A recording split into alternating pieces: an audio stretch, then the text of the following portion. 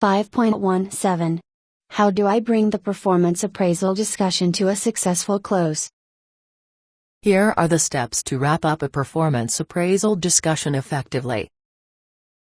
Briefly summarize the entire conversation. Review your core message. Discuss 2 or 3 areas of strength to be continued and enhanced. Review the most important area for immediate improvement.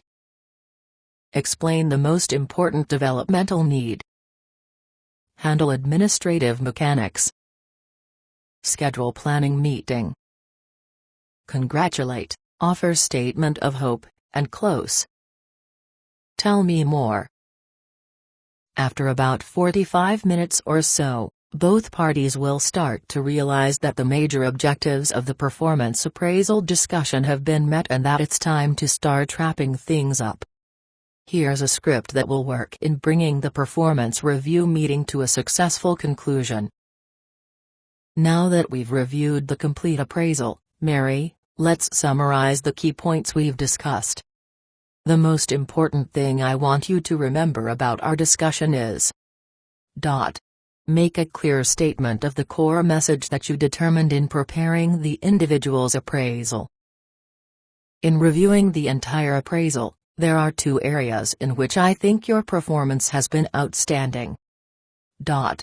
Describe 2 specific areas of strength that should be continued and enhanced in the upcoming year.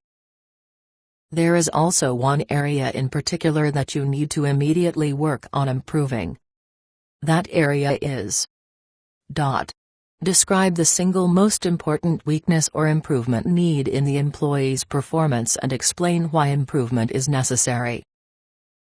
Finally, when you think about your development plans for next year, the one area I'd like you to give some serious thought to is: Discuss most important developmental need for the next year. That pretty well sums it up for me, Mary. Are there any other questions I can answer for you? Answer any employee questions. As a final matter, it's our policy to ask you to sign the performance appraisal to indicate that you've had a chance to read and understand it. If you'd like to add any comments, feel free to do so.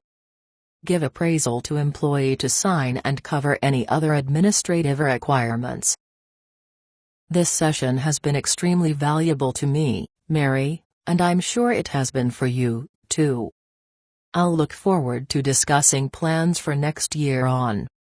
Set a date for a performance planning meeting to discuss next year's accountabilities and development plans. There's no formal requirement that you identify 2 strengths and 1 problem and 1 development need. It does make the job manageable, however, and it also gives the individual a reasonable number of things to remember from the conversation. If the employee can walk away having clearly heard the core message and remember just a few strengths and needs for change, you've done a fine job.